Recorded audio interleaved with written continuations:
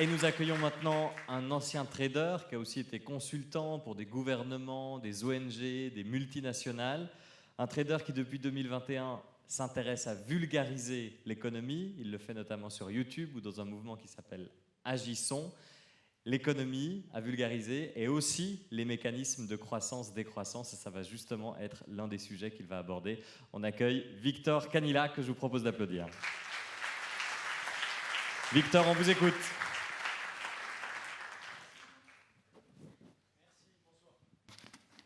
Problème de micro. Ah, super. Merci, bonsoir. Oui, alors, peut-être pour modérer les attentes ou ce genre de choses, j'ai commencé les vidéos YouTube au début de l'été, il n'y en a que 2 pour l'instant. Donc voilà, mais je m'y remets sérieusement cette semaine, et puis il y aura bientôt l'épisode 3 qui sera disponible. Donc ma présentation d'aujourd'hui, ça a été dit, donc quelle croissance, quelle entreprise, qu'est-ce qu'on parle. Le mot demain me plaît pas trop, j'y reviendrai peut-être après. Je pense qu'il est même un peu obscène en fait quand on considère ce qui se passe déjà aujourd'hui. Mais voilà, donc prendre un angle qui est très économique. Je vais pas beaucoup vous parler d'écologie en fait. Je pars du principe qu'on a plus ou moins compris qu'il y avait un problème de climat très grave et qu'il y avait d'autres problèmes écologiques, donc je vais pas forcément répéter ça.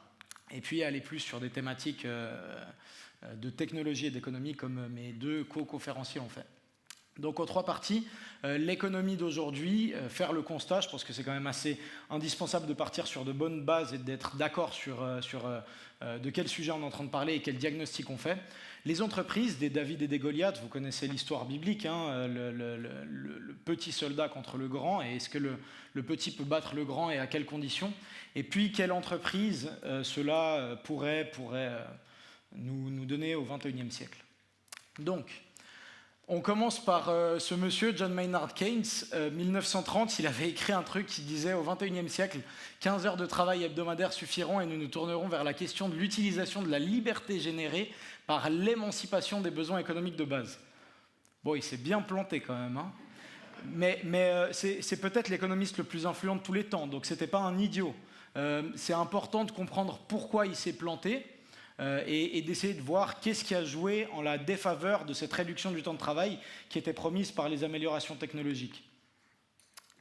On pourrait se demander, est-ce que l'économie tient ses promesses? Peut-être juste pour vérifier. Qui connaît ce diagramme du Stockholm Resilience Center? Est-ce que vous pouvez lever la main, s'il vous plaît, si vous l'avez déjà vu? Juste pour calibrer. Ok, d'accord. Alors, je ne vais pas trop en parler parce que ce serait vraiment des sujets, pour le coup, très écologiques, sciences naturelles. Mais en gros, ce qu'il faut tirer de ça, c'est qu'il y a 9 petits trucs qui gravitent autour de cette zone du cercle noir. Ces 9 indicateurs sont chacun des indicateurs de problèmes écologiques et qu'en fait, on est en train d'exploser les limites partout. Et le climat, c'est juste un des 9. Il y a d'autres problèmes, peut-être plus graves. Donc, c'est juste pour se dire... il y a des gros soucis, et ce n'est pas qu'un souci de décarbonation. Deuxièmement, ici, on voit le voyage dans l'espace là, de notre cher Jeff Bezos, qui a fait en 11 minutes plus d'émissions de carbone, là pour le coup, que la durée de vie d'une vie entière, en fait, de plus d'1 milliard de personnes sur Terre. Chacune de ces 1 milliard de personnes les plus pauvres vont générer moins de carbone durant leur vie entière que ce petit voyage dans l'espace. Ce qui en dit long sur les inégalités, non pas uniquement de richesse et de revenus, mais aussi d'impact carbone et d'impact écologique. On a aussi la faim qui est plus ou moins stable dans le monde, 800 millions depuis quelques décennies, et puis on rajoute à ça 800 autres millions de personnes qui n'ont pas de problème de sous-nutrition, mais qui ont des problèmes d'une nutrition qui est trop répétitive. On a aussi ce graphe qu'on m'a envoyé l'autre jour, avec qui les Américains passent leur temps. La ligne jaune qu'on voit, c'est tout seul. Donc en fait, c'est quand même assez triste. Même les pays riches ne semblent pas forcément tirer un bilan super génial sur un plan personnel de tout ça. Et puis la grande démission, donc les élites, et puis pas seulement les élites, mais qui démissionnent de plus en plus. Je crois que Jean-Damien, Sarah et moi-même sommes aussi un peu des espèces de renégats ou des démissionnaires qui sommes parmi les millions dans ce genre de cas. Donc, en fait, moi, j'ai envie de dire oui, bien sûr, la promesse de l'économie est tenue envers les investisseurs, en fait. Donc, il n'y a pas de problème. Ce que j'ai dit avant, c'est tous des effets secondaires non désirables, mais le but de l'économie ou le but des entreprises, surtout des grosses entreprises avec actionnaires privés très distribués, très fragmentés, c'est de faire du profit. Et puis, si vous vous souvenez des cours de finance vraiment basiques, cette fonction-là, je veux du capital à la fin qui soit 1 plus R à la puissance T fois le capital de départ. C'est juste la fonction qui donne en fait le capital final en fonction de l'investissement initial avec des intérêts cumulés. C'est la base de la finance et c'est une exponentielle. Juste petit rappel. Et puis ça, bien entendu, pour les grandes entreprises, c'est la base. Quand on fait des décisions économiques dans une entreprise avec un conseil d'actionnaires, il faut montrer la croissance des profits, etc. Donc la fonction exponentielle est au cœur de la finance et du système économique actuel. Donc pourquoi s'étonner que ça fasse une exponentielle dans les flux de la production et de tous les flux géophysiques? Donc là, on voit un petit peu l'impact de plus ou moins n'importe quelle métrique de système naturel sur Terre qui est en train d'exploser. Mais pas de surprise à ça, c'est corrélé avec le produit intérieur brut, c'est corrélé avec les émissions de carbone, c'est corrélé avec l'utilisation de ressources primaires, c'est corrélé avec l'utilisation d'énergie, etc. Donc ne soyons pas surpris et soyons un peu sérieux sur le diagnostic. Le plan climat des multinationales, donc comme vous l'avez vu en début de présentation, j'aime bien segmenter petites entreprises, grandes entreprises. Là, on va regarder un petit peu ce que les multinationales font sur ça. Excusez-moi, mon employeur, mon ex-employeur, le PDG, nous disait on doit contrôler le narratif. En fait, j'ai été gentil sur la traduction. En anglais, c'était we have to own the narrative. Posséder la façon de raconter l'histoire. C'est quand même assez fort. Dans quel but? Bien entendu, de ne pas se faire réguler et de pouvoir continuer la boucle et les affaires comme elles sont. Les projets qu'on vendait beaucoup à des grandes entreprises qui nous demandaient comment réduire leur impact carbone, etc., c'était des social license to operate. En gros, acheter la paix sociale, acheter le mandat de continuer tel qu'on est en train de faire, surtout sans rien changer au chiffre d'affaires ou à la façon dont l'entreprise fonctionne. BP a été instrumental dans amener le concept d'empreinte carbone, avec un calculateur individuel dans lequel vous mettez comment vous vous déplacez, quelle est la taille de votre maison, combien de fois vous prenez l'avion, si vous mangez de la viande ou pas, etc. Et boum, vous avez votre carbon footprint. Oui, ça arrange bien BP. Comme ça, on fait passer tout le monde comme des culpabilisés, qui consomment trop, et on évite de dire oui, mais il y a quand même des entreprises qui sont en ce moment en train de se demander comment elles vont pouvoir explorer les fonds sous l'Arctique, qui est en train de fondre. Donc c'est un peu un renversement de la chaîne de la causalité, il me semble. Le World Economic Forum, donc ça c'était une blague qu'on avait en interne quand j'étais encore employé de mon cabinet de conseil, c'était des milliardaires qui expliquent aux millionnaires comment diriger les pauvres. Je crois que ça en dit long. Et puis la fabrique du climato-scepticisme, ça fait plus de 5 ans que absolument toutes les majors pétrolières savent très bien qu'on a un gros problème de climat. C'est documenté, BP, Shell, Exxon, etc. Ils savent très bien. Et il y a des excellents bouquins, je vous conseille celui-là, mais il y en a d'autres, qui documentent comment le lobbying a été fait, comment la communication a été faite et comment les problèmes ont été posés pour mettre la poussière sous le tapis et surtout ne pas s'intéresser à tout ça. Voilà un peu pour le diagnostic, qui n'est peut-être pas très optimiste, je m'excuse, mais je crois qu'il faut regarder les choses en face. Donc, les entreprises David et Goliath, parce que j'aime pas les mettre toutes dans le même panier. Pour moi, il y a quand même une différence si on parle du petit restaurant du coin qui fait son sandwich, ou son kebab, ou son assiette poulet curry, et puis McDonald's. C'est quand même une dynamique différente. Du coup, voilà, j'aime bien les images. Alors, souvent, ce qu'on me répond quand je parle de multinationales, c'est oui, mais la main invisible du marché, et puis blablabla. Adam Smith. C'est jamais des gens qui ont lu Adam Smith qui disent ça, je vous rassure. Moi, je l'ai lu, du coup, pour voir un peu ce qu'il racontait. En fait, il ne dit pas du tout ça. Je crois qu'il faut vraiment faire une différence entre ce qu'il racontait à son époque. Son livre le plus connu, il a été publié en 1776, il y a bientôt 250 ans. Et puis ce qu'on a aujourd'hui, qui est en fait ce qu'on pourrait appeler le capitalisme réel, une économie avec des gigantesques Goliaths qui fonctionnent en oligopole, et puis de temps en temps des petites entreprises locales qui essayent de survivre dans cet environnement. Pour Adam Smith, en fait, il vivait dans un monde où 80-90% de la population était dans les champs, en autoconsommation, à manger leurs propres patates et leurs propres betteraves, etc. Là, aujourd'hui, on vit dans un contexte où la population urbaine ne produit pas grand-chose d'alimentaire direct et est dépendante de marchés globaux et internationaux et de transactions monétaires internationales. C'est quand même différent comme contexte. Adam Smith, il parlait d'une économie de paysans, d'artisans et de guildes. Aujourd'hui, on a plutôt des énormes films transnationales, pyramidales, avec à chaque échelon, si vous avez travaillé dans une grande entreprise, vous l'avez probablement expérimenté, le besoin de montrer un business case, une valeur actuelle nette, NPV en anglais, qui permettent de justifier que la décision qu'on va transmettre au N+1 est rentable. Il y avait des mom and dad shops, comme on dit en anglais, à taille humaine à l'époque. Aujourd'hui, c'est plutôt des fusions-acquisitions à gogo, des concentrations, des oligopoles. Il y avait de la transparence et de l'équité dans les acteurs du marché. En fait, ça fonctionnait un peu comme la Riponne à Lausanne ou l'équivalent dans toutes les communes. C'est-à-dire qu'il y a différents marchands qui vont et puis qui vendent directement aux consommateurs. Aujourd'hui, ce qui se passe, c'est plutôt une fausse compétition avec des barrières d'entrée et des économies d'échelle. Donc, par exemple, si aujourd'hui vous dites moi, j'aime pas la 5G, je veux faire de la téléphonie responsable, bonne chance pour aller quadriller le réseau suisse avec des antennes responsables. Il vous faudra un peu d'argent pour ça. Ça, c'est ce qu'on appelle une barrière d'entrée. Et c'est ce qui veut dire qu'en fait, si vous êtes une petite entreprise qui essaye de faire ça, vous n'allez pas réussir. Et finalement, la qualité du produit peut gagner la compétition. La qualité était importante. Aujourd'hui, ce n'est pas trop la qualité, c'est plutôt de la publicité, du conditionnement, noyer les masses. On n'interroge pas d'où vient Coca-Cola, mais ce n'est pas parce qu'ils ont gagné des concours de qualité qu'ils sont là.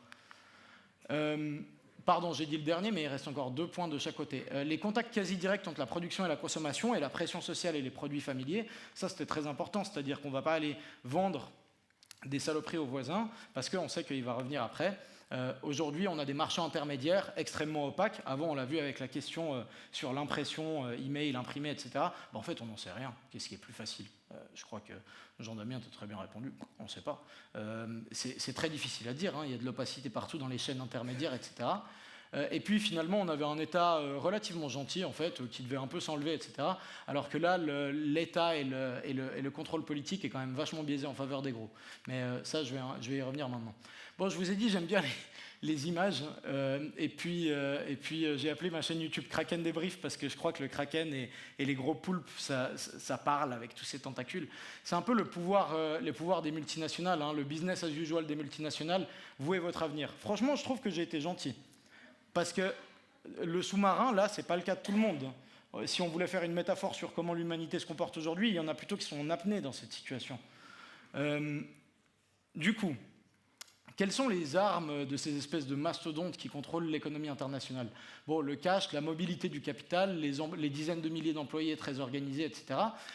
Comment ça se manifeste contre les États ? Il y a un film qui est sorti, je crois, l'année passée, qui s'appelle Goliath, que j'ai trouvé très bon, je vous le recommande, avec l'illustration juste du cas du glyphosate, avec Monsanto qui se bat et qui pénètre de manière tentaculaire par tous les ports les autorités étatiques pour continuer à vendre du glyphosate alors que des dizaines et des centaines de paysans disaient non mais s'il vous plaît arrêtez.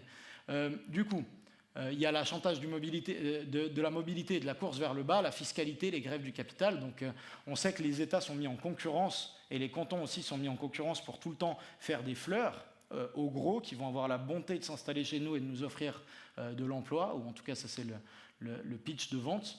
Des subventions favorables aux gros, la tech et l'énergie sont 2 très bons exemples. Moi, je vous invite à vous renseigner sur la composition d'un téléphone portable.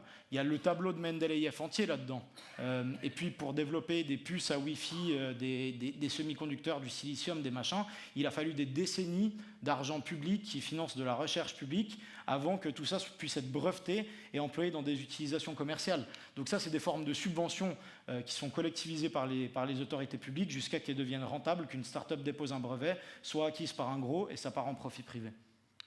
La pénétration des services diplomatiques et des relations internationales, il y a eu, je crois, il y a 2 mois, un très bon exemple de ça en Suisse avec Publicae qui a publié comment le service à l'économie à Berne a fortement aidé Nestlé à continuer à vendre des produits au Mexique, alors que beaucoup de Mexicains se plaignaient du problème d'obésité, etc., etc. Donc nos diplomates vont en fait en direction de Nestlé, pas forcément du petit restaurant du coin, mais en tout cas de Nestlé. Et puis le too big to fail et le filet de sécurité, on peut penser à 2008, donc les banques qui, si Adam Smith avait été écoutées et respectées, auraient dû partir en faillite, là elles ne peuvent pas parce qu'elles sont trop importantes, donc l'État va se précipiter pour les aider, et une impunité légale et une asymétrie des forces juridiques. Je vais accélérer un peu après à travers les 2 autres. Il y a aussi des trucs qui sont mis au service dans ces armes contre les citoyens, donc par exemple une certaine forme de dépendance. On est tous un peu embarqués là-dedans, surtout en Suisse, via notre consommation, via ce qu'on mange, via les emplois qui sont disponibles. Quand on finit le PFL, en gros, on ne va pas forcément aller dans la mini-entreprise du coin. Si on va au forum EPFL, c'est le top 50 des grosses entreprises de Suisse qui est présent. Les médias corporate, la publicité, etc., il y aurait beaucoup à dire, il y aurait des présentations entières à faire là-dessus. Et puis le démantèlement de l'État social et l'attaque contre les retraites, le droit du travail, etc., etc. On sait bien que c'est une espèce de chanson permanente des grosses entreprises. Et puis finalement, contre les petits business qui sont en fait aussi des victimes de ce système d'oligopole qui domine les circuits économiques. Donc déjà, les multinationales ont tendance à payer beaucoup moins d'impôts que vous, si vous êtes un petit restaurant ou un petit café ou un kebab du coin, désolé de vous le dire. Les crédits sont beaucoup plus faciles pour une multinationale avec des taux beaucoup plus bas. Les grosses entreprises auront des ressources, auront de l'organisation, de la com, ce genre de choses. Des effets d'échelle, donc elles pourront investir des millions dans des actions que des petites entreprises ne pourront pas faire. Et puis, on a vraiment les Goliaths bancaires et des fois pas bancaires qui financent et qui rachètent aussi les petits. Donc c'est tout cette espèce de système qui est important d'intégrer dans le diagnostic si on veut avoir des solutions crédibles pour demain. Donc, vers l'entreprise du 21e siècle, vers quoi nous amène tout ce constat? Alors, moi, à nouveau, j'aime bien partir un peu dans l'histoire pour comprendre où on en est aujourd'hui et regarder vers là où on peut aller. Donc, si on regarde les grosses entreprises et le business international, 16e siècle, peut-être ce qui est emblématique, c'est les mines d'argent en Amérique latine, qui ont quand même fortement contribué à enrichir l'Europe et à le faire passer de petits coins de l'Eurasie à dominatrice mondiale. 17e, on a pareil avec la montée des Pays-Bas, la montée de la finance internationale, Amsterdam, la Compagnie des Indes orientales, etc. Et puis le commerce d'épices. 18e, on a l'industrie textile. Je crois que c'est vraiment le symbole de la révolution industrielle. Il fallait du coton, si possible des esclaves pour le coton, et puis des usines à filature, etc. pour produire en masse des outils transformés de ce coton. La Standard Oil au 19e, donc les conglomérats, j'ai mis ici le pétrole. Lui, c'est, comment il s'appelle, John D. Rockefeller, l'homme le plus riche de tous les temps, selon certaines estimations. Ça aurait pu être JP Morgan avec la banque ou bien Vanderbilt avec l'acier. Ce que je veux dire par là, c'est en deuxième partie du 19e, on a vraiment les grandes entreprises et les oligopoles qui commencent à dominer le monde d'une façon plus ou moins similaire à ce qu'il y a aujourd'hui. 20e, pareil, j'aurais pu mettre du Consumer Electronics, peut-être Microsoft ou je ne sais quoi, Walmart, McDonald's, les gros parkings avec des voitures individuelles, je crois que ça symbolise un peu bien. Bon, vers quoi ça nous amène pour le 21e? Est-ce que c'est The Martian? Moi, personnellement, mon bachelor, il est en physique, j'y crois pas trop. Si vous voulez avoir des fantasmes de transhumanisme et puis d'autres planètes, peut-être, moi, j'y crois pas. Le tokamak, ici, recherche sur la fusion nucléaire, je pense que ce serait une catastrophe absolue. Ça démultiplierait les capacités d'énergie, de raser absolument tout, de couper toutes les forêts, etc. Donc je crois que c'est vraiment pas une bonne solution. Peut-être de l'agroécologie, des trucs beaucoup plus locaux, des coopératives, de la production, des gens qui aillent à nouveau dans les champs et sachent faire quelque chose de leurs mains. Et puis peut-être des choses à la Wikipédia qui sont technologiques mais qui sont ouvertes, qui diffusent, qui permettent à tout le monde de participer, qui sont gratuites, etc. Donc voilà, point d'interrogation et je crois que ça tient un peu à nous. Du coup, je me suis permis de mettre quelques recommandations, quelques pistes à discuter avec plaisir pendant la table ronde ou pendant l'apéro. J'aime bien séparer, parce qu'on en arrive là et on dit ok, on fait quoi? J'aime bien séparer en 3 parties. L'éthique personnelle, ce qu'on pourrait appeler les petits gestes ou le changement personnel, etc. Les émergences d'alternatives systémiques, et ces choses-là, elles doivent croître. Donc le titre, c'était « Qu'est-ce qui doit croître? Quelle entreprise doit croître au XXIe siècle ?» Et puis, il y a aussi des trucs qui doivent décroître. Désolé, les Goliaths, les trucs, le glyphosate, le McDonald's, etc. À mon avis, ça doit décroître. Donc, j'ai mis aussi les acteurs, individus, petites entreprises, communes et autorités. Donc, dans l'éthique personnelle, qui me semble plutôt propre aux individus, moi, je ne suis pas trop fan des entreprises ou des autorités étatiques qui disent quelle éthique personnelle il faudrait adopter. Je pense que ce qui est très important, c'est déjà de ringardiser les modes de vie d'hier. Une espèce de révolution esthétique, une révolution éthique et philosophique. Ça serait pas mal, de commencer à arrêter de se la péter avec des photos Instagram de 2 semaines dans un 4 étoiles au Pérou, et de peut-être dire, cool pour toi que tu aies ce 4 étoiles au Pérou ou ce 5 étoiles à Tahiti, mais c'est un peu has-been, quoi. Je crois qu'il faut qu'on commence à changer nos standards esthétiques.